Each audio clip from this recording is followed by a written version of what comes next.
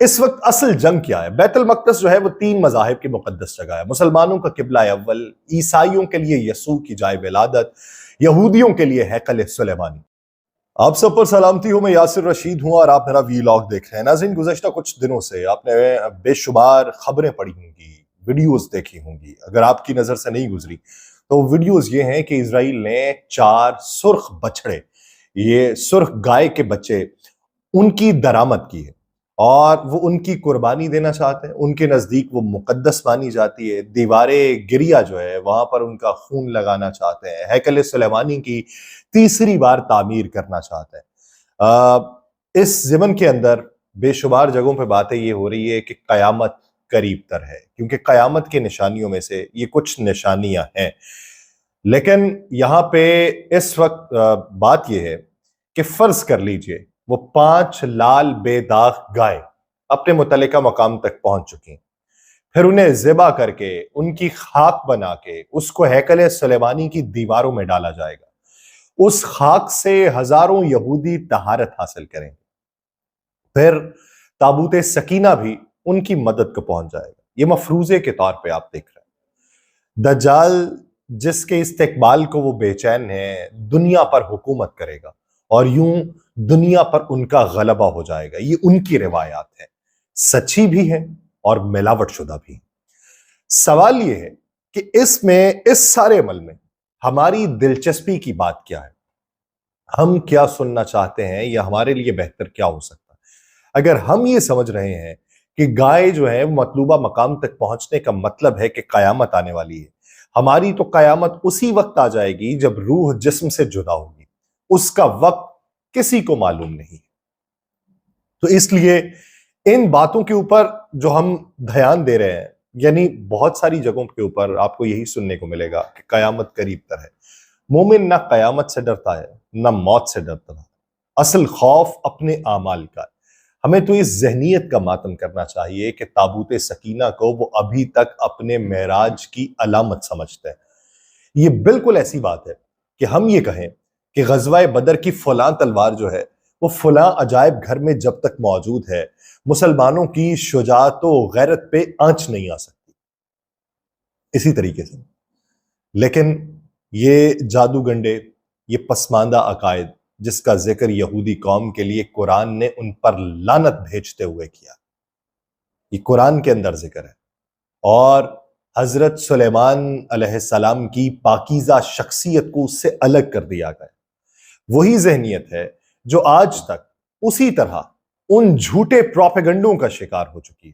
قرآن مجید بارہا ان کا ذکر آیا اور کتنی ناراضی کے ساتھ لال گائے کے قصے کے ساتھ ان کی ذہنیت پہ قرآن کریم افسوس کا اظہار کرتا ہے۔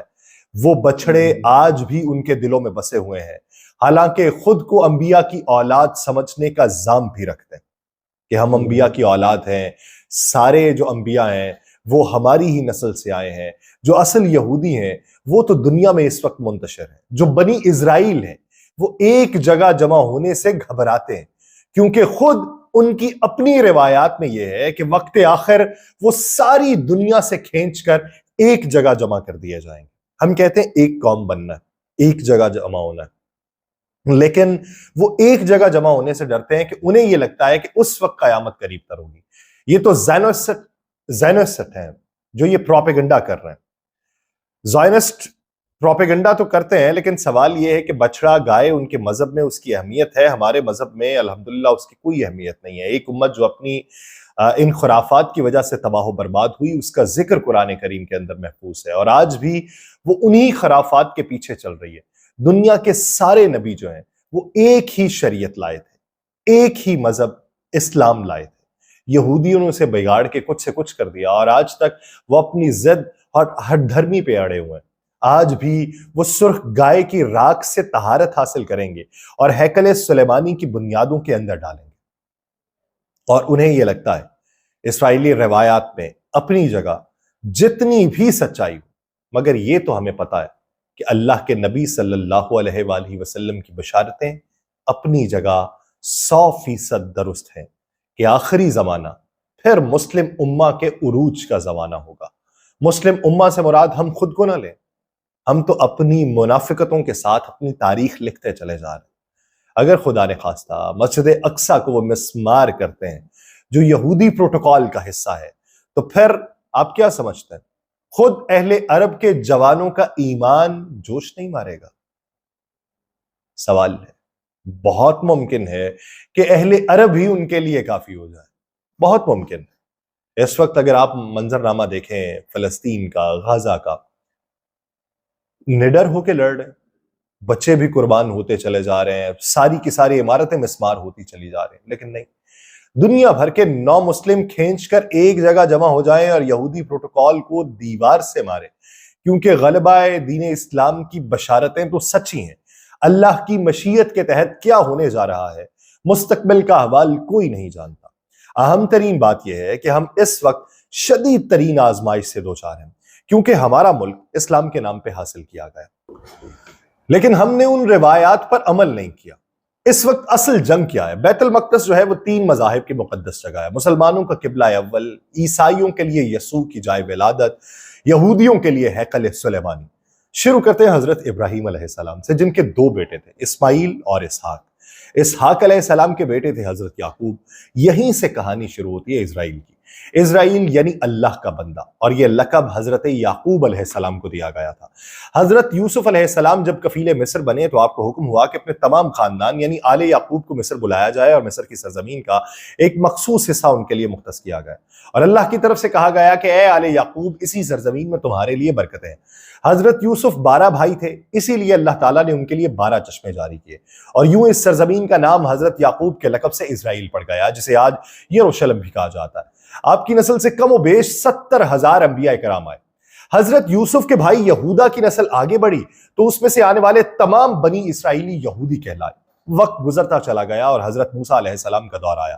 جب فرعون نے مصر کی زمین آپ پر تنگ کی تو بنو اسرائیل کے ساتھ آپ کو مصر سے نکلنا پڑا۔ اسی دوران بنی اسرائیل پہ اللہ تعالیٰ کی بہت سی کرم نوازیاں بھی ہوئیں، جس میں من و سلوہ، چشموں کی بہتات، مچھلیوں کے شکار کا ذکر قرآن پاک سے ملتا ہے، اور وہیں ہمیں ایک گائے کا ذکر بھی ملتا ہے جس کے لوتھڑے سے مردے نے اللہ کے حکم سے زندہ ہو کر اپنے قاتل کا بتایا۔ اس گائے کی نشانیاں اللہ تعالیٰ نے قرآن پاک میں بیان فرمائی، جو ایک سرخ مائل رنگت کی گائے تھی، اور ایسی گائے آج بھی یہودیوں کے نزدیک مقدس مانی جاتی ہے۔ حضرت موسیٰ علیہ السلام کے بعد دیگر نبی آئے۔ اس دوران میں حضرت موسیٰ علیہ السلام اور ان کے دور کی کچھ باقیات، تورات، من و سلوہ کا کچھ حصہ بنی اسرائیل کے ایک صندوق میں محفوظ کر لیا گیا۔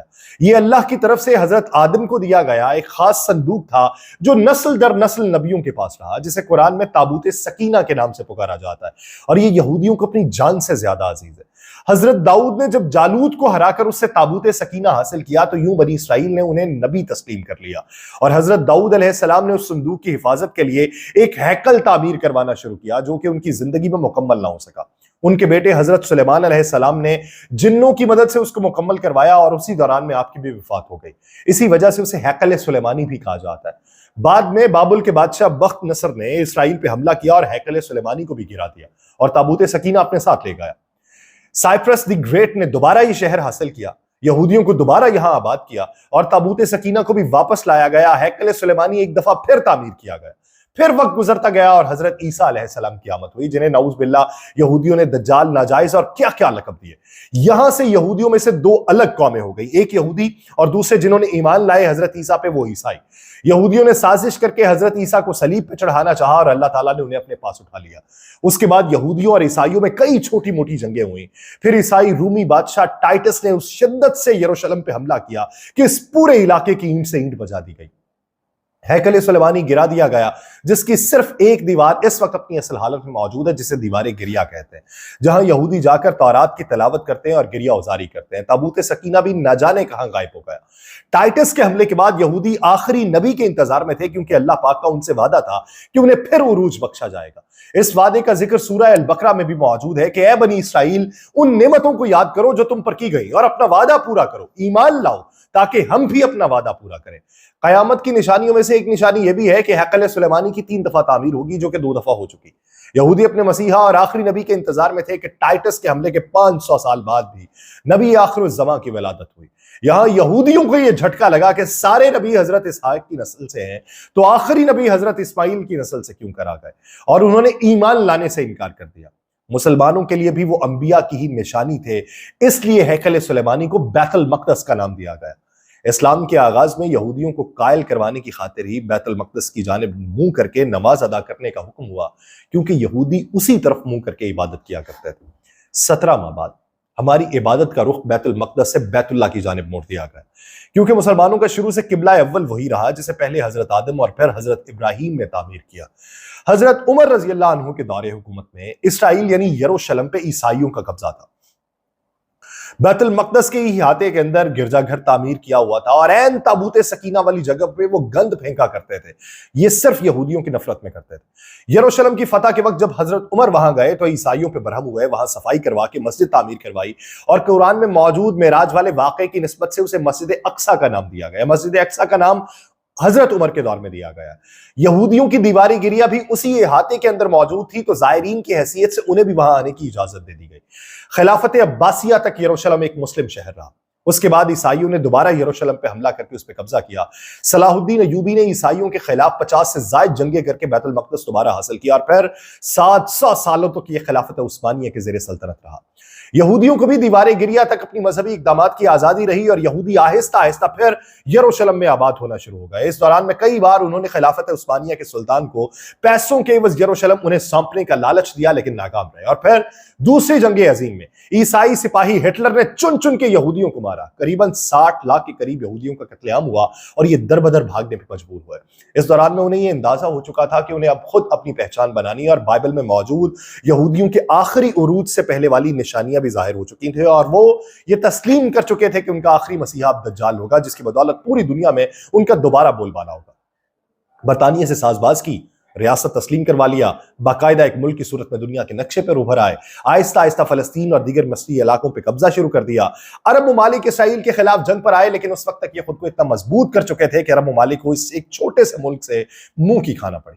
عیسائیوں نے بھی دیکھ لیا، کچھ لڑکے وصول نہ ہوا۔ باقاعدہ گرجا گھروں میں پادریوں نے تقریبات منعقد کروائیں اور یہودیوں کے لیے معافی کا اعلان کیا۔ یوں سیاسی اور اقتصادی مفاد پرستی نے 2000 سالوں سے ایک دوسرے کے ازلی و جانی دشمنوں کو ایک صف پہ لا کھڑا کیا، اور قرآن کی بات بھی سچ ہو گئی کہ یہود و نصارہ ایک دوسرے کے دوست ہیں۔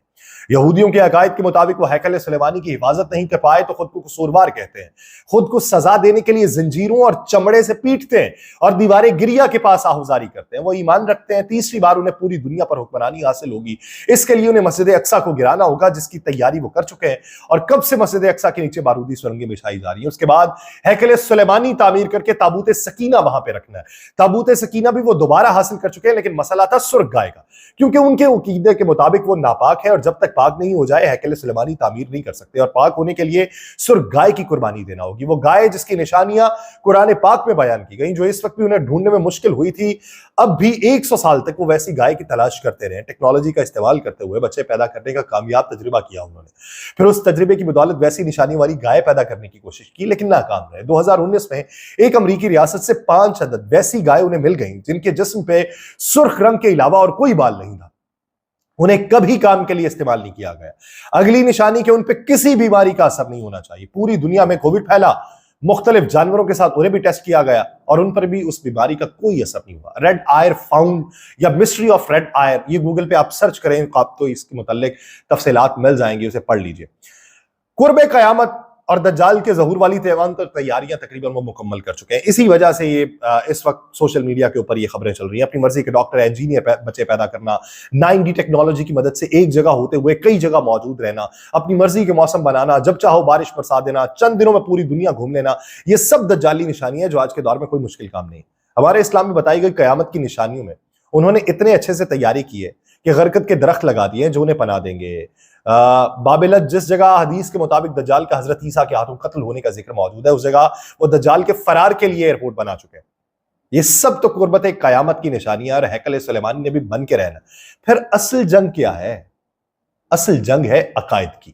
ہم اپنے عقائد میں اس قدر کمزور ہو چکے ہیں کہ نماز پڑھے یا نہ پڑھے ہمیں فرق نہیں پڑتا، اپنے بہن بھائیوں کا حق کھا کے خوشی محسوس کرتے ہیں، اور فرقوں کے خرافات میں الجھے ہوئے ہیں۔ کوئی بھی پرفیکٹ نہیں، بہت سے بات کرنے والے بھی نہیں، میں بھی نہیں، لیکن فلسطینیوں کے لیے سوائے دعا اور احتجاج کے ہم کیا کر سکتے ہیں؟ کیا ہم اپنے عقائد کی اتنے مضبوط ہیں کہ ڈالر کے بہکاوے میں نہ آئیں؟ کیا ہم یہودیوں کے مقابلے میں نکلنے والے خراسان مجاہدین کی لسٹ میں آ سکتے ہیں، یا بس سوشل میڈیا کے تماشائی ہیں؟ اگر آج دجال ظاہر ہو جائے اور توبہ کا دروازہ بند ہو جائے تو ہماری آخرت کی کیا تیاری ہے؟ سوچ کر اگر ہم سوچیں تو کیا ہوگی؟ دجال یہودیوں کی نسل سے ہوگا، جس کا قد تھگنا ہوگا، دونوں پاؤں ٹیڑھے ہوں گے، جسم پر بالوں کی بھرمار ہوگی، رنگ سرخ یا گندمی ہوگا، سر کے بال حبشیوں کی جانب طرح ہوں گے۔ یہ حبشیوں کی طرح مماثلت جو دی گئی ہے یہ کمزرفی کے لیے نہیں دی گئی۔ ناک چونچ کی طرح ہوگی، بائیں آنکھ سے کانا ہوگا، دائیں آنکھ میں انگور کے بقدر ناخنا ہوگا، جسے ماتھے پہ کے الف فے رے لکھا ہوگا۔ اس کی آنکھ سوئی ہوئی ہوگی مگر دل جاگتا ہوگا۔ شروع میں وہ ایمان و اصلاح کے دعوے لے کر اٹھے گا، لیکن جیسے ہی تھوڑے بہت متبعین میسر ہوں گے وہ نبوت اور پھر خدائی کا دعویٰ کر دے گا۔ اس کی سواری بھی اتنی بڑی ہوگی کہ اس کے دونوں کانوں کے درمیانی فاصلہ ہی 40 گز کا ہوگا۔ ایک قدم تا حد نگاہ مسافت کو طے کر لے گا۔ دجال پکا جھوٹا اور اعلیٰ درجے کا شعبدہ باز ہوگا۔ اس کے پاس غلوں کے ڈھیر ہوں گے، پانی کی نہریں ہوں گی، زمین میں مدفون تمام خزانے باہر نکال کر شہد کی مکھیوں کی مانند اس کے ساتھ بولیں گے۔ جو قبیلہ اس کی خدائی پہ ایمان لائے گا، دجال اس پر بارش برسائے گا، جس کی وجہ سے کھانے پینے کی چیزیں ابل پڑیں گی اور درختوں پر پھل آ جائیں گے۔